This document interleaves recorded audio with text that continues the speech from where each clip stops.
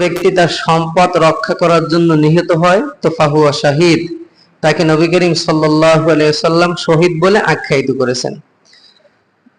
Oman কুতিলা দুনা আহলিহি, পরিবার আপনজন এদেরকে রক্ষা করার জন্য যদি কেউ নিহত হয় তাকে আল্লাহ রাসূল সাল্লাল্লাহু আলাইহি ওয়াসাল্লাম শহীদ বলেছেন।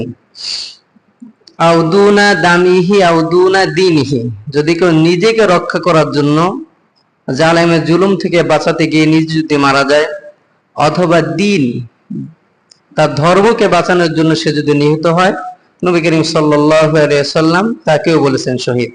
তো এই হাদিসে দেখা যায় শহীদের চারটে কাতার। একটা তার সম্পদ রক্ষা করার জন্য, তার পরিবার রক্ষা করার জন্য, নিজের জীবন রক্ষা করার জন্য এবং ধর্ম দ্বীনকে রক্ষা করার জন্য যদি কেউ নিহত হয়, রাসূল সাল্লাল্লাহু আলাইহি ওয়াসাল্লামের মুখ নিঃসৃত বাণী হলো ফাহুয়া শাহিদ।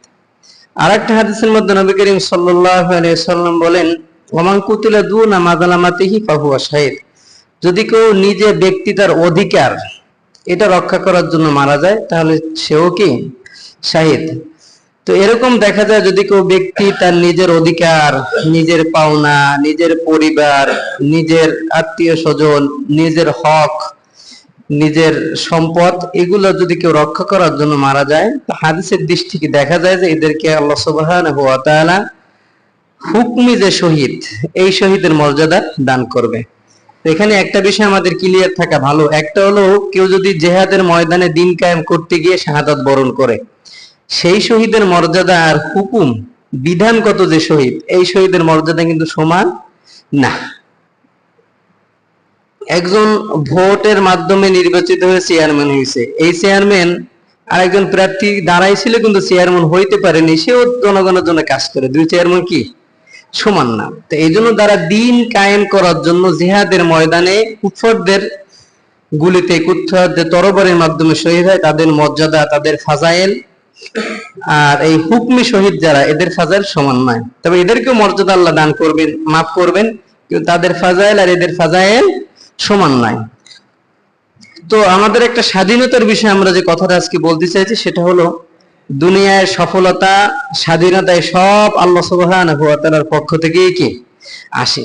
আল্লাহ পাক রব্বুল আলামিনের দয়া, অনুগ্রহ, রহমত ছাড়া দুনিয়ায় কেউ সফল হওয়া সম্ভব নয়। কিন্তু মানুষ হিসেবে আল্লাহ সুবহানাহু ওয়া তাআলা আমাদেরকে যে মানবীয় দুর্বলতাগুলো দান করেছেন, তো এর প্রতিকারগুলো কি কি, তোমাদের সফলতা দান করলে পরে তোমরা কি বলবা, এটা আল্লাহ সুবহানাহু ওয়া তাআলা আগেই বলে দিয়েছেন। যেমন কোরআন কারীমের মধ্যে আল্লাহ সুবহানাহু ওয়া তাআলা সূরাতুল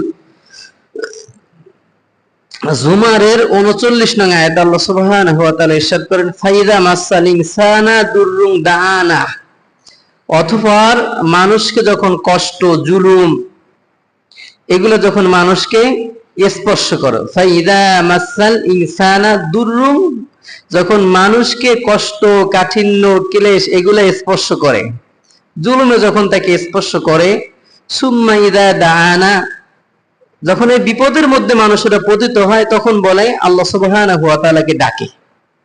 অর্থাৎ যখন বিপদের মধ্যে মানুষেরা পতিত হয়, জুলুমের মধ্যে শিকার হয়, তখন লোকেরা আল্লাহ সুবহানাহু ওয়া তাআলাকে ডাকে। সুম্মা ইযা খাওয়ালনাহু নি'মাতাম মিন্না, অথবা আল্লাহ সুবহানাহু ওয়া তাআলা যখন এই নিয়ামত থেকে, তার নিয়ামতের মাধ্যমে এই বিপদ থেকে বান্দাকে রক্ষা করে, তার রহমতের মাধ্যমে তার এই মুসিবত থেকে তাকে রক্ষা করে, তখন ব্যক্তি কি বলে, ইন্নামা উতিতুহু আলা ইলম, আমি যে বিপদের মধ্যে ছিলাম, আমি যে জুলুমের মধ্যে ছিলাম, আমি যে ঘর ছাড়া ছিলাম, এগুলোর থেকে পরিত্রাণ, এগুলোর থেকে মুক্তি লাভ করেছি উতিতুহু আলা ইলম, আমার জ্ঞানের মাধ্যমে, আমার ক্ষমতার মাধ্যমে, আমার শক্তির মাধ্যমে। বাল হিয়া ফিতনা, বরং এটা একটা আল্লাহর পক্ষ থেকে পরীক্ষা। ওয়ালাকিন্না আকসারাহুম লা ইয়ালামুন, এটা অধিকাংশ মানুষই জানে না, বোঝে না, উপলব্ধি করার চেষ্টাও করে না। তো এটাকে সামনে নিয়ে আমরা যদি কিছু কথা বলি, প্রথমত আমরা অনেকে অনেক সময় বিপদের মধ্যে ছিলেন, তো যে কোনো কারণে সেই বিপদ থেকে যখন উদ্ধার হয়েছে তখন তিনি আর আল্লাহ সুবহানাহু ওয়া তাআলা যে বিপদ থেকে উদ্ধার করছে, সফলতা দান করছে, আল্লাহর নামটা আর মুখে কি আসে না, এটা স্বাভাবিক। আল্লাহ নিজেই বলে দিয়েছেন সুম্মা ইযা খাওয়ালনাহু নি'মাতাম মিন্না, অথবা যখন আমি তাকে নিয়ামতের মাধ্যমে, রহমতের মাধ্যমে যখন তাকে বিজয়ী দান করি, সফলতা দান করি, বিপদ থেকে উদ্ধার করি, ক্বালা ইন্নামা উতীতুহু আলা ইলম, তখন তারা বলে এটা আমাদের জ্ঞানের মাধ্যমে, আমাদের কৌশলের মাধ্যমে এলা আমরা এই উত্তীর্ণ হয়েছি। বরং আমরা যদি আমাদের আদর্শ যার মানি, নবী করিম সাল্লাল্লাহু আলাইহি সাল্লামের আদর্শের দিকে তাকাই, তার জীবনের দিকে যদি তাকাই, তো দেখেন তিনি কিন্তু মক্কা বিজয়ের সময় অনেক কৌশল অবলম্বন করছেন। তিনি এমন কৌশল অবলম্বন করছিলেন মক্কা বিজয়ের সময় যে বিনা রক্তপাতে মক্কা বিজয় হয়েছে। কিন্তু মক্কা বিজয়ের পরে রাসূলের বক্তব্য ছিল কি জানেন, যে সবকিছু আল্লাহ সুবহানাহু ওয়া তাআলার রহমতে আল্লাহই আমাদেরকে বিজয় দান করছে। এটা ছিল আমাদের নেতা মুহাম্মদ সাল্লাল্লাহু আলাইহি সাল্লামের তার বক্তব্য। কিন্তু আমরা যদি তার অনুসারী বলে দাবি করতে চাই, তো অবশ্যই আমাদেরও বক্তব্য হবে কি, আল্লাহর রহমতে, আল্লাহর দয়ায় আমরা আজকের এই কি সফলতা লাভ করছি। আমরা যদি আল্লাহ সুবহানাহু ওয়া তাআলা সফলতা যদি স্বীকার না করি, আল্লাহ পাক রব্বুল আলামিনের নিয়ামতটাকে যদি আমরা সামনে নিয়ে না আসি, তাহলে এই দীর্ঘ একটা সময় যে আমরা সফলতার বাহিরে ছিলাম, তো আল্লাহ চাইতো পূর্বের জামানার জাতিদেরকে যেরকম নিয়ামত দান করে আবারও ছিনিয়ে নিয়ে নিয়েছেন, আল্লাহ সুবহানাহু ওয়া তাআলা চাইলে আমাদের থেকে আবারও এরকম ছিনিয়ে নিয়ে কষ্টের মধ্যে পতিত করতে পারেন। তো এই জন্য সুযোগে সৎ ব্যবহার করা এটা মুসলমানের আদর্শ না। আমরা আদর্শ ফলো করব নবী করিম সাল্লাল্লাহু আলাইহি সাল্লামের। রাসূলের অন্যতম আদর্শ, তিনি সবসময় ক্ষমা করতেন। আল্লাহ পাক রব্বুল আলামিনের বৈশিষ্ট্য, তিনি বান্দাদেরকে ক্ষমা করেন। নবীদের সুন্নাহ, তারা তাদের উম্মত কওমদেরকে ক্ষমা করতেন। এমনকি আমাদের নবী সাইয়্যিদুল আম্বিয়া আলাইহিস সালাতু ওয়াস সালাম, নবী মুহাম্মদুর রাসূলুল্লাহ সাল্লাল্লাহু আলাইহি সাল্লাম, তিনি যখন মক্কা বিজয় করলেন, আমরা সকলেই জানি যে রাসূলের মাক্কি জীবনের কষ্টের কথা, তায়েফের ময়দানের কষ্টের কথা। রাসূলের মাক্কি জীবনে মসজিদের হারাম এখানে দাঁড়িয়ে সালাত আদায় করতেন, ওই সময় কুফাররা কত কষ্ট দিয়েছেন। হিজরতের রাতের আগে তাদের একেবারে পাকাপোক্ত চক্রান্ত যে মুহাম্মদকে যদি পাও নগদ হত্যা করবে, আমরা তাকে পুরস্কার দান করব। এত বড় জুলুমের মধ্যে নবী করিম সাল্লাল্লাহু আলাইহি সাল্লাম ছিলেন, থাকা সত্ত্বেও তিনি যখন মক্কা বিজয় করেন, মক্কা যখন বিজয় হয়ে যায়, তখন মসজিদের হারামের মধ্যে নবী করিম সাল্লাল্লাহু আলাইহি সাল্লাম প্রবেশ করলেন। প্রবেশ করে মসজিদের নববীর ভিতরে যতগুলো মূর্তি ছিল, এই মূর্তিগুলো তিনি একটা বল্লম দিয়ে খোসা দিতেছিলেন, একটা আয়াত পড়তেছিলেন 15 নম্বর পারার 9 নম্বর পৃষ্ঠায়, সূরা বনী ইসরাঈলের আয়াত, জাল হক ওয়াজহাকাল বাতিল ইন্নাল বাতিলা কানা যাহুকা। এসে গেছে সত্য, চলে গেছে মিথ্যা, আর মিথ্যা চলে যাওয়াটাই বাস্তব। জাল হাক্কু ওয়াজহাকাল বাতিল ইন্নাল বাতিলা কানা যাহুকা। সত্য সমাগত, মিথ্যা বিতাড়িত, আর মিথ্যা বিতাড়িত হওয়াই কি বস্তু। রাসূল এরকম বল্লম দিয়ে খোঁচা দিতেছিলেন, আর মূর্তিগুলো সব পড়তেছিল। রাসূল সাহাবীদেরকে আদেশ দিলেন, মূর্তিগুলো তারা অপসারণ করলেন। মাথার উপরে এখনো লোহার হেলমেট পরা, হাতে তরবারি বল্লম দুইটাই আছে, যুদ্ধের পোশাক পরা। বাহিরে বের হয়ে দেখতেছেন কুফফাররা সব মসজিদের হারামের এই পাশ দিয়ে সব লাইন দিয়ে দাঁড়িয়েছে, মাথাগুলো সব নিচের দিকে দেওয়া। নবী করিম সাল্লাল্লাহু আলাইহি সাল্লাম তিনি একটা ভাষণ দিলেন, হে কুরাইশ নেতারা, তোমরা আজকে আমার থেকে কিরূপ আচরণ আশা করো? হে কুরাইশ নেতারা, তোমরা আজকে আমার থেকে কিরূপ আচরণ আশা করো? কারণ তোমরা যেই পরিমাণ জুলুম, অত্যাচার, নির্যাতন আমাকে করেছো, এটা তোমরাও জানো, আমিও জানি, আমার সাহাবীরাও কি জানে। তো রাসূল সাল্লাল্লাহু আলাইহি সাল্লাম বললেন, হে কুরাইশ নেতারা, তোমরা আজকে আমার থেকে কিরূপ আচরণ আশা করো? তখন কুরাইশ নেতারা বলল, একজন উত্তম ভ্রাতা, একজন বড় আদর্শবান ভাই যেরকম তার ছোট ভাইদের ব্যাপারে আচরণ করে, আমরা সেই রকম আচরণ আপনার থেকে কাম্য করি। তখন নবী করিম সাল্লাল্লাহু আলাইহি সাল্লাম বলেন, লা তাসরিবা আলাইকুমুল ইয়াউম, আজকে তোমাদের উপর আমার কোনো ক্ষোভ নাই। আমি ঠিক এই ব্যবহারটাই তোমাদের সঙ্গে করব, যেই ব্যবহার আমার ভাই ইউসুফ আলাইহিস সালাতু ওয়াস সালাম তার ভাইদের ব্যাপারে করেছিল। ইউসুফ আলাইহিস সালাতু ওয়াস সালামের ভাইরা ইউসুফের উপরে হিংসাত্মক হয়ে ইউসুফকে আব্বা কেন বেশি ভালোবাসে, ইউসুফকে মহব্বত করে, এটা তাদের ভালো লাগতেছিল না। তো একটা পর্যায়ে তারা ইউসুফ আলাইহিস সালাতু ওয়াস সালামকে নিয়ে বকরি চড়ানোর কথা গিয়ে মাঠে যায়। একটা পর্যায়ে তারা তাকে কূপের ভিতরে নিক্ষেপ করে। সেইখান থেকে লম্বা ইতিহাস। মিশরের বণিকরা গিয়ে মিশরে বিক্রি করে দেয়, মিশরের গভর্নর আজিজ মিসরের কাছে তারা লালিত পালিত হয়। একটা পর্যায়ে তিনি যখন মিশরের খাদ্য মন্ত্রীর দায়িত্ব লাভ করেন, তখন তিনি দেখতে পান যে তার যে সিরিয়ার থেকে যে ভাইরা তারা বিতাড়িত করছিল, কূপের ভিতরে ফেলেছিল, তারা তার কাছে ত্রাণ নেওয়ার জন্য হাত পাচ্ছে। তখন তিনি চিনতে পারেন এবং চিনতে পারার পরে বলেন যে তোমরা আদেরকে এবার তেরান দিয়ে দিলাম, কিন্তু আগামী বছর তোমাদের আর একটা যে ভাই আছে বেনিয়ামিন, ইউসুফের সঙ্গের জোরের যে ভাই, তাকে নিয়ে তোমরা আসবা। পরবর্তী বছর যখন তারা যায়, যাওয়ার পরে তখন তাদের সামনে ইউসুফ আলাইহিস সালাম পরিচয়টা তুলে ধরেন। পরিচয়টা যখন তুলে দেওয়ার পরে সকল ভাই তো জানে কে কি করছে। ইউসুফরে কে কি পরামর্শ দিয়ে কোন গ্রুপে কে নিক্ষেপ করছে এটা সকল ভাইয়েরাও জানে, ইউসুফ কি জানে। তখন ইউসুফের ভাই লাবিদ, এই যে ইহুদি ধর্মের প্রবর্তক, যার বংশ অনুসারে ইহুদিবাদ বলা হয়, ইয়াহুদা, এরা বুক চাপড়াই দিয়েছিল, বলতেছিল ভাই তুমি আমাদের উপর বিচার করো, আমাদেরকে শাস্তির আওতায় আনো। তখন ইউসুফ আলাইহিস সালাম বলছিলেন লা তাসরিব আলাইকুম আল-ইয়াওম, তোমাদের উপর আমার আজকের কোনো ক্ষোভ নেই, তোমাদের সকলকে আমি ক্ষমা করে দিলাম, তোমরা আমার ভাই, তোমরা ভুল করছো, তোমরা সংশোধন হয়ে তোমরা আমার সঙ্গে চলে আসো। তো মুহাম্মদ রাসূলুল্লাহ সাল্লাল্লাহু আলাইহি ওয়াসাল্লাম মক্কা বিজয়ের পরে একই বক্তব্য দিলেন যে তোমরা এত নির্যাতন, এত জুলুম, এত অত্যাচার তোমরা করেছো, কিন্তু আজকে তোমাদের উপর আমার কোনো ক্ষোভ নেই, তোমাদের উপর আমার কোনো আজকে জুলুম নেই, তোমাদের সকলকে আমি আজকে একটা সাধারণ ক্ষমা ঘোষণা করে দিলাম। ইল্লা সামানিয়া, তবে 8 জন লোককে রাসূল সাল্লাল্লাহু আলাইহি ওয়াসাল্লাম ক্ষমা করছিলেন না। সেটা আমরা জানি যে 8 জন লোক, এর মধ্যে অধিকাংশ লোকদের বৈশিষ্ট্য ছিল যারা নবী করিম সাল্লাল্লাহু আলাইহি ওয়াসাল্লাম এবং ফ্যানগুলো চালাই দাও, এবং আল্লাহ সুবহানাহু ওয়া তাআলা সম্পর্কে কুরুচিপূর্ণ মন্তব্য করত এবং নবী করিম সাল্লাল্লাহু আলাইহি ওয়াসাল্লামের বিরুদ্ধে আচরণ করার জন্য তারা গায়িকা ক্রয় করত। যেমন আমাদের দেশেও বিভিন্ন নর্তকী, এদেরকে টাকা দিলে পরে বিভিন্ন কনফারেন্সে পাওয়া যায়। তো জাহিলি যুগে বা রাসূল সাল্লাল্লাহু আলাইহি ওয়াসাল্লামের মক্কা বিজয়ের আগের যুগেও কুরাইশদের মধ্যে আরব উপত্যকায় এরকম কিছু গায়িকা ছিল, নর্তকী ছিল, যারা টাকার বিনিময়ে বিভিন্ন গান, বিভিন্ন ওই যে নবীদেরকে বিরক্ত করার জন্য, তাদেরকে গালি দেওয়ার জন্য ছন্দে ছন্দে, কারণ আরবদের মেধা ছিল অনেক প্রখর। আরবদের যেসব সাহিত্যিক এখনো আমাদের অনেক কিতাবে পড়ায়, আলী মাদ্রাসাগুলাই, কওমি মাদ্রাসার বড় বড় কিতাবগুলাই এদের এমনও সাহিত্য আছে, কবিতাগুলো আছে। এদের মেধা, এদের যে জ্ঞান, অনেক সাহিত্যিক জ্ঞান অনেক প্রখর ছিল।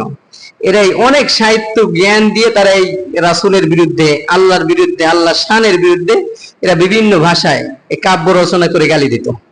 তো নবী করিম সাল্লাল্লাহু আলাইহি ওয়াসাল্লাম মক্কা বিজয়ের পরে সকলকে সাধারণ ক্ষমা ঘোষণা করে দিয়ে ইল্লাহ এটা দিয়ে নবী করিম সাল্লাল্লাহু আলাইহি ওয়াসাল্লাম 8 জন লোককে সাধারণ ক্ষমার বাইরে থুয়ে দিয়েছিলেন।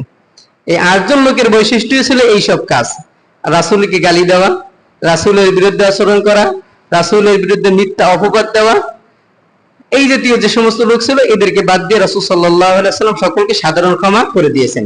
তো এখানে আমরা যেটা বলতে চাচ্ছি সেটা হলো ভাই, ক্ষমার উপরে কোনো মাইর নেই, ক্ষমার উপরে কোনো কি মাইর নেই।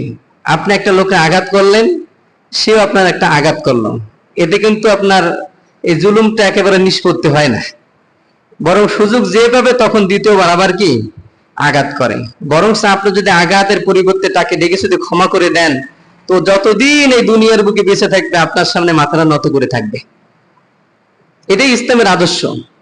তবে ইসলামে জুলুমের বিপরীতে প্রতিশোধ নেওয়া এটাও জায়েজ আছে, কিন্তু আমাদের তো সেরকম মাপকাঠি নাই, আর সেরকম ইমানের অধিকারই আমরা নাই যে যতটুকু দিয়েছি ততটুকু দেব। ব্যালেন্স রাইখে যে আমরা প্রতিবাদ করব, সেই ভারসাম্যতা আমাদের মধ্যে কি নাই। যদি আপনি সেই ভারসাম্যতা ব্যালেন্স রাইখে যদি আপনি প্রতিবাদ করতে পারেন আলহামদুলিল্লাহ, কিন্তু আমারও যদি কেউ একটা দেয় আমরা তো ব্যালেন্স হারাই তারা 3টে দেওয়ার চেষ্টা করি। যদি আপনি আল্লাহ না করুক বেশি দিয়ে দেন, তো কিয়ামতের কাঠগড়ে আপনার অবশ্যই জালেমের কাতারে দাঁড়ানো লাগবে। আর যদি আপনি ব্যালেন্স রেখে একটা মাধ্যমে আপনি প্রতিশোধ নিতে চান, এটা জায়েজ আছে, কিন্তু আমাদের ইমানের অবস্থা, আমাদের পারিপার্শ্বিক পরিবেশ, সামাজিক যে অবস্থাতে আমরা ব্যালেন্স রেখে কখনো এই প্রতিশোধগুলো নিতে পারি না। অতএব ওই অপশন বাদ দিয়ে আমরা যদি ক্ষমার প্রতিশোধ এটা নিতে চাই, তাহলে এটা আমাদের জন্য সহজ, এটা ইমানের দিক থেকে শক্তি বৃদ্ধি পায়, এবং এই আদর্শের মাধ্যমে, ক্ষমা নামক প্রতিবাদের মাধ্যমে মানুষকে দিনের পথে, দলের পথে বিরানোটা সহজ। তো এই জন্য আমরা বলবো যে আমাদের নবী করিম সাল্লাল্লাহু আলাইহি ওয়াসাল্লাম যে আদর্শ আমাদেরকে শিক্ষা দিয়েছেন, ক্ষমার আদর্শ, আমরা এইটা গ্রহণ করব। আমরা হুমকি ধামকি, মারামারি, রাহাজানি, জুলুম, জ্বালাও পোড়াও, এইগুলো আমরা বিশ্বাসী না।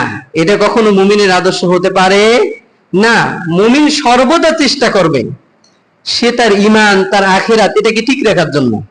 দুনিয়াবি কোনো স্বার্থের কারণে, দুনিয়াবি কোনো স্বার্থ লাভ করার কারণে নফসের তাড়না, নফসের ধোঁকায় পড়ে, আল্লাহ না করুক আপনি যদি ব্যালেন্সহীন কোনো জুলুম আপনি করে থাকেন, তো কিয়ামতের কাঠগড়ায় আল আহকামুল হাকিমিন, আল্লাহ সুবহানাহু ওয়া তাআলা বিচারকদেরও বিচারক, ন্যায় পরায়ণদের ন্যায় পরায়ণ তিনি যারা পরিমাণ আপনার জুলুম এটা তিনি ছাড় দিবেন না, এটা অবশ্যই আপনাকে ধরবে। তো এই জন্য বলবো যে প্রতিশোধ নেওয়ার সুযোগ থাকা সত্ত্বেও যদি আমরা ক্ষমা করে দিই তাহলে ওর ভিতরে চলতে থাকবে। ওরে যদি আমি দুইটা চট দিয়ে ছেড়ে দিই তাহলে ও আমারে দেখে আর আনুগত্য করবে না, ও সমান সমান হয়ে যাবে।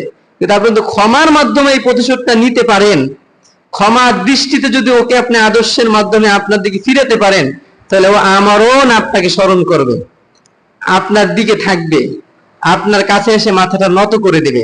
এজন্য আমরা প্রাথমিক পর্যায়ে বলবো এইটা যে আমাদের শক্তি থাকা সত্ত্বেও আমাদের ক্ষমা করে দেওয়ার অভ্যাস, এই আদর্শ গ্রহণ করার তৌফিক আল্লাহ সুবহানাহু ওয়া তাআলা আমাদেরকে দান করুক, আল্লাহুম্মা আমিন। আর একটা বিষয়, সেটা হলো এই একটা সময় আমাদের দেশ হোক বা আমাদের গ্রাম্য অঞ্চলে একটা সময় দেখা যেত নোয়াখালীর কিছু হুজুররা এসে দোয়া কালাম, জানাজা, দুরুদ, ইমামতি এগুলা করতো। নোয়াখালীর হুজুর, এটা অনেক সময় দেখবেন, বা আমাদের এই আপনাদের এলাকায় চাঁদপুরের হুজুর নামের একজন হুজুর পরিচিত ছিল। অর্থাৎ আমাদের লোকালয়গুলাই হুজুর বা আলেমদের সংখ্যা খুবই কি কম ছিল। তো সেই সময়ের একটা পরিবেশ আর এখন আল্লাহ সুবহানাহু ওয়া তাআলার নিয়ামতের মাধ্যমে দেখা যায় যে আমাদের সেই ইলমের ঘাটতিটা সমাজে খুব কি কম। অর্থাৎ আগে যদি একটা মাসালা বা একটা ফতোয়া যদি জানার প্রয়োজন হতো তাহলে আমাদের অনেক দূরে দূরে যাওয়া লাগতো, সেই হাটাজারি মাদ্রাসা থেকে একটা ফতোয়া আনা লাগতো, অথবা কোনো ওই চরমনায় অথবা শাসিনা বা জিলবুনিয়া বা গহরডাঙ্গা বড় মাদ্রাসায় গিয়ে একটা সমাধান কি আনা লাগতো। তো এদের এই ইলমের বদৌলতে, ইলমের খেদমতের কারণে একটা পর্যায়ে এখন আমরা দেখতে পাই যে আমাদের এত দূরে যাওয়া কি লাগে না। এরপরে ইন্টারনেটের আশীর্বাদের মাধ্যমে অনেক বিষয়ের সমাধান আমরা কি অনলাইনের মাধ্যমে কি তুলে ধরতে পারি। তো যে বিষয়টা বলার জন্য বলতেছি যে এখন অনেকেই আমাদের যে একটা আন্দোলন হয়ে গেছে, এটাকে অনেকে বলে যে আপনার এই আন্দোলন ঠিক না, এটা কোরআন সুন্নাহ সম্মত না। আবার কেউ বলে এটা কোরআন সুন্নাহ সম্মত। আসলে আন্দোলনটা ঠিক কিনা একজন মুমিন হিসেবে আমাদের জানা কি জরুরি। যে একজন শাসক সে থাকা অবস্থায় যদি তাকে পতন করা হয় আন্দোলনের মাধ্যমে, এটা বৈধ কি না এটা জানা প্রয়োজন কিনা মুমিন হিসেবে আমাদের জানা কি প্রয়োজন। তো সেক্ষেত্রে আমরা যেহেতু মুমিন মুসলমান, নামাজ কালাম পড়ি, তা আমাদের এই সমাধানগুলো নিতে হবে কোরআন থেকে, হাদিস থেকে আমাদের এই সমাধানগুলো কি দেখতে হবে। তো এক্ষেত্রে আমরা কোরআনুল কারীমের সূরাতুন নিসা এর 59 নম্বর আয়াতটা আমরা একটু তেলাওয়াত করব, অনুবাদ করব। তো এক্ষেত্রে আমরা সকলেই বুঝতে পারবো যে আসলে এটা ঠিক কি না। যেহেতু আল্লাহ সুবহানাহু ওয়া তাআলা আমাদের আশরাফুল মাখলুকাত বানাইছেন, আমাদের মেধা দিয়েছেন, বুদ্ধি দিয়েছেন, বিবেচনা করার মতো ক্ষমতা, বাকশক্তি এগুলা আল্লাহ সুবহানাহু ওয়া তাআলা আমাদেরকে দান করেছেন। তো এখানে সূরাতুন নিসা এর 59 নং আয়াতে আল্লাহ সুবহানাহু ওয়া তাআলা ইরশাদ করেন, আতিউল্লাহ ওয়া আতিউর রাসূল ওয়া উলিল আমরি মিনকুম, তোমরা আল্লাহ সুবহানাহু ওয়া তাআলা আনুগত্য করো এবং নবী করিম সাল্লাল্লাহু আলাইহি সাল্লামের আনুগত্য করো, এবং ওয়া উলিল আমরি মিনকুম, এবং তোমাদের মধ্যে যারা আদেশদাতা, ক্ষমতাদাতা, তোমাদের মধ্য থেকে যারা আদেশদাতা এবং ক্ষমতাদাতা, উলুল আমর, এদের আনুগত্য তোমরা করো। তো এখানে আল্লাহর আনুগত্য করো, রাসূলের আনুগত্য করো, এই দুইটা আমাদের এখন আর নাই। অর্থাৎ আল্লাহর বিধানের আনুগত্য করব, রাসূলের হাদিসের আনুগত্য করব, কিন্তু উলিল আমরি মিনকুম এটা আমাদের চলমান, আদেশদাতার আনুগত্য করা। তো এখানে শব্দটা আল্লাহ সুবহানাহু ওয়া তাআলা চয়ন করেছেন উলিল আমরি মিনকুম, তোমাদের মধ্য থেকে যে আদেশদাতা, তোমরা যাকে নির্বাচন করেছো, তোমরা যাকে ক্ষমতায় শাসক বানিয়েছো, এরকম আদেশদাতার আনুগত্য তোমরা কি করো। মিনকুম, তোমাদের মধ্য থেকে যাকে তোমরা আমির নির্বাচন করেছো, শাসক বানিয়েছো, তার আনুগত্য তোমরা কি করো। তো এক্ষেত্রে আমরা যদি অধিকাংশ লোক একটা লোককে নির্বাচন করি, একজনকে আমরা আমির বানাই, মিনকুম, তোমাদের মধ্য থেকে যাকে তোমরা আমির বানাইছো তার আনুগত্য করা তোমাদের জন্য কি ফরজ। তো এখন আমরা যদি সকলে মিলে একটা লোককে আমির নির্বাচন করি, আর সেই আমিরের আনুগত্য করা আমাদের জন্য কি কথা বলেন ফরজ। আমরা যদি মিনকুম সকলে মিলে অথবা মেজরিটি পার্সেন্ট 50-র উপরে যদি গিয়ে যদি আমরা নির্বাচন না করি, তাহলে সেই শাসকের আনুগত্য করা আমাদের জন্য কি ফরজ হবে? হ্যাঁ, না। তো সেক্ষেত্রে আপনার এই আন্দোলন বৈধ কি অবৈধ সেটা আপনি নিজেই বুঝতে পারবেন। আপনার এই আন্দোলন এটা বৈধ না অবৈধ এটা আপনি নিজেই বিবেকের কাছে প্রশ্ন করলে পড়তে পারবেন। যে শাসকের আনুগত্য করা ফরজ, অনেক হুজুর যারা দরবারি এখন আপনার বলতেছে, হ্যাঁ আসলে তো করতে ঠিক, কোরআন কারীমে বলা আছে শাসকদের আনুগত্য করা। তাহলে শাসকদের আনুগত্য যারা না করে আন্দোলন করছে তারা তো ভুল করছে। তাই শাসকদের আনুগত্য করবা কোন শাসকের? মিনকুম, তোমরা যাকে নির্বাচন করেছো। এখন আমাদের নির্বাচন করার সুযোগ যদি কেউ না দিয়ে যদি জোর করে যায়, চুরি করে যায়, ডাকাতি করে যদি কেউ যে শাসক হয়, তো সেই শাসকের আনুগত্য করতে তো কোরআন ফরজ বলে না। অতএব এই আন্দোলন আপনার কি বৈধ না অবৈধ এটা প্রশ্ন করার অবকাশ আর কি থাকে না। কোরআন এমন একটা কিতাব যেখানে আপনার সে 1400 বছর আগের সমস্যা এবং এখনকার সমস্যা, সকল সমস্যার সমাধান কোরআনের কাছে দিয়ে দিচ্ছে। আপনি যদি আসেন আর কোরআন থেকে সমাধান নেওয়ার চেষ্টা করেন, সেরকম মানসিকতা তৈরি করেন, তাহলে অবশ্যই কোরআন থেকে আমরা সমাধান কি পেয়ে যাব বা আমরা নিতে পারবো। আর কোরআনের সমাধান সর্বশ্রেষ্ঠ কি সমাধান, কোরআনের সংবিধান সর্বশ্রেষ্ঠ সংবিধান। কোরআন বলে আপনার একটা হাত কাটার বিনিময়ে লক্ষ কোটি হাতকে নিরাপদ রাখা, একটা নাক কাটার বিনিময়ে কোরআন বলে হাজার হাজার কোটি নাক নিরাপদ থাকবে। কিন্তু দুনিয়ার শাসক বা দুনিয়ার আইন প্রণেতা যারা আছে তারা বলে যে একটা চোর সে চুরি করবে, বরং আরো 10টা চোরের সঙ্গে প্রশিক্ষণ নিয়ে আরো লক্ষ কোটি চোর যেন চুরি করতে পারে সেই পরিবেশটা তৈরি করার জন্য। পার্থক্য এতটুকু। আজকে একটা লোক চুরি করার পরে যদি আপনি কোরআনের শাসন অনুযায়ী যদি আপনি একটা হাত কেটে দেন, তা আশা করা যায় একটা হাতের বিনিময়ে আমার এলাকা থেকে দ্বিতীয়বার আর কেউ চুরি করতে যাবে না। কারণ তার ভিতরে একটা ভয় পয়দা হবে যে আমি যদি চুরি করার পরে আল্লাহ না করুক ধরা খাই, তাহলে আমার এই হাতটা আর আস্ত কি থাকবে না। সেজন্য কোরআন চায় আপনার এক হাতের বিনিময়ে হাজার হাত কি রক্ষা করতে।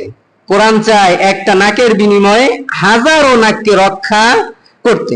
সেজন্য কোরআন থেকে যদি আমরা ফয়সালা নিই, কোরআনের থেকে যদি আমরা শাসন ব্যবস্থা নিই, তাহলে আমাদের দেখা যায় যে অনেক অনেক কল্যাণ থাকবে।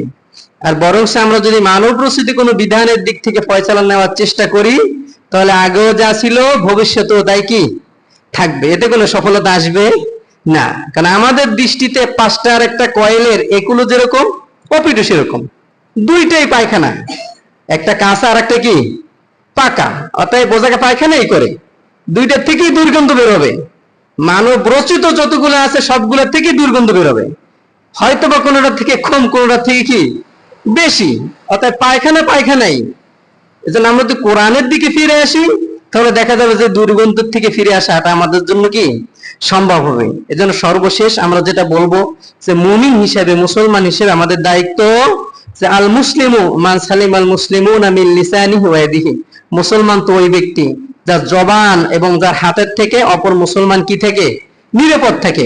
আরে ভাই আমরাও তো বুঝি, আমরাও জানি অনেক জ্বালা, অনেক পোড়া, অনেক কষ্ট আমাদের ভিতরে আছে, কিন্তু সর্বশেষ যেটা সেটা হলো ক্ষমার আদর্শ, নীতির আদর্শ, চরিত্রবানের আদর্শ, নবী করিম সাল্লাল্লাহু আলাইহি সাল্লামের আদর্শ। এটার মাধ্যমে যদি আমরা প্রতিবাদ করি, তাহলে আমাদের ইহকাল পরকাল দুটোটা কি সফল। তো এজন্য আমরা জ্বালাও, পোড়াও, হত্যা, জুলুম এগুলো সর্বদা ইমানের দায়িত্ব হিসেবে আমরা প্রতিহত করার চেষ্টা করব। আল আমরু বিল মারুফ ওয়ান নাহি আনিল মুনকার, এই ভূমিকা এখন আমাদের খুব জোরালোভাবে পালন করতে হবে। যেহেতু বর্তমানে প্রশাসনের শিথিলতা চলতেছে, প্রশাসনের একটু শিথিলতা বর্তমান আমাদের দেশে চলতেছে, যার কারণে আমর বিল মারুফ আর নাহি আনিল মুনকার এই হুকুম বা এই বিধান, এই দায়িত্ব পালন করা আমাদের মুমিনদের জন্য অবশ্যই কি বেশি কর্তব্য হয়ে দাঁড়াইছে। কোথাও কোনো অন্যায় দেখলে পরে মুমিন হিসেবে আপনার প্রতিবাদ করতে হবে, কোথাও কোনো জুলুম দেখলে পরে আপনার প্রতিবাদ করতে হবে।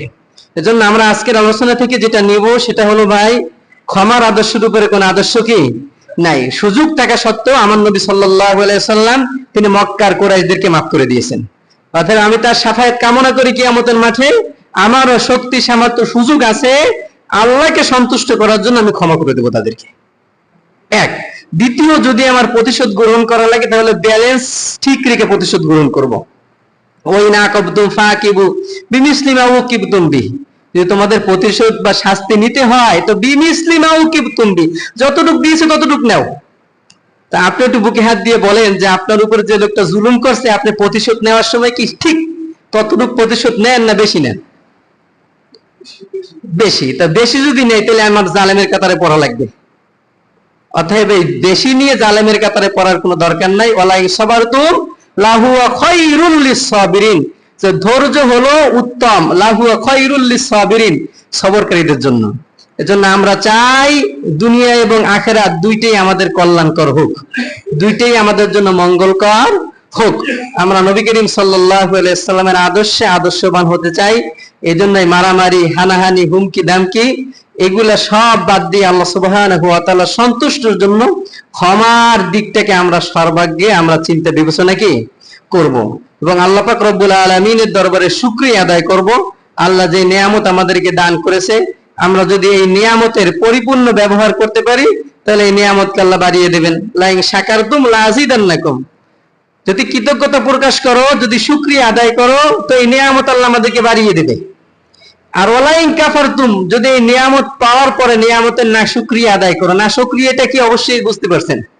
আপনাকে একটা নিয়ামত আল্লাহ দান করছে, না শুকরিয়াটা কি, এইটা যদি আমরা করতে থাকি তো আল্লাহ সুবহানাহু ওয়া তাআলা এই নিয়ামতকে আবারও ছিনিয়ে নেবে। বনি ইসরাঈলদেরকে আল্লাহ সুবহানাহু ওয়া তাআলা নিয়ামত দান করেছেন, আবারও নিয়ামতের অশুকরিয়া আদায় করছে, আল্লাহ আবার শাস্তি দিচ্ছেন। এমনকি তুর পাহাড়ে এরকম আল্লাহ ফেরেশতাদের মাধ্যমে তুলে ধরে মাথার উপর ধরছে, মাথার উপরে ধরছে তুর পাহাড়ে। আল্লাহর আনুগত্য স্বীকার করো, বলছে হ্যাঁ আল্লাহ তোমার মেনে নেবো। পাহাড় ফেরেশতারা সরাই নিছে, আবার নাফরমানি করা শুরু করছে। এই জন্য বনি ইসরাঈলের খাসলাত আমাদের মধ্যে ঢুকাবো না। তো এই জন্য আল্লাহ সুবহানাহু ওয়া তাআলার দরবারে ফরিয়াদ করি, দোয়া করি, আল্লাহ পাক রব্বুল আলামিন আমাদেরকে যে মানসিক যে দুর্বলতার গুলোর কারণে আমরা এই কাজগুলো করে থাকি এর থেকে ফিরে থাকার তৌফিক দান করুক, এবং নেফাকের যে রোগগুলো আছে এগুলো আমাদের মধ্য থেকে বের করে দেব, এবং যারা এই নেফাকের রোগী তাদের থেকে দূরে থাকার চেষ্টা করব। নেফাকের রোগ বুঝেন তো? যারা কথা বললে মিথ্যা বলে, ওয়াদা করলে খিলাফ করে, এরপরে যদি ঝগড়া হয় তাহলে তাদের গালি দেয়, আমানত রাখলে খেয়ানত করে। তো নেফাকের রোগের রোগী অর্থাৎ কপটতা যারা করে, এখন এক জায়গায় আছে, একটু পরে কি আর এক জায়গায়, দেখবেন এদের থেকে দূরে থাকার চেষ্টা করুন। এরা সর্বজনীন, এরা সবসময়ের জন্য ক্ষতিকর, ইসলামেও ক্ষতিকর, দুনিয়ায় সামাজিক ব্যবস্থা এরাও কি ক্ষতিকর। এখন আপনার সঙ্গে আছে, চোখের পলকে আপনার বিপক্ষে চলে যাবে। এই জন্য এই রোগগুলো আমরাও দূর করে দেব, আর এই রোগের রোগী নাম করা যারা আছে তাদের থেকেও আমরা দূরে থাকার চেষ্টা করব। আল্লাহ পাক রব্বুল আলামিন আমাদেরকে এই বিষয়গুলো মাথায় রেখে দুনিয়ার জমিনে চলার তৌফিক দান করুক। আল্লাহুম্মা আমিন। সুবহানাকাল্লাহুম্মা বিহামদিকা।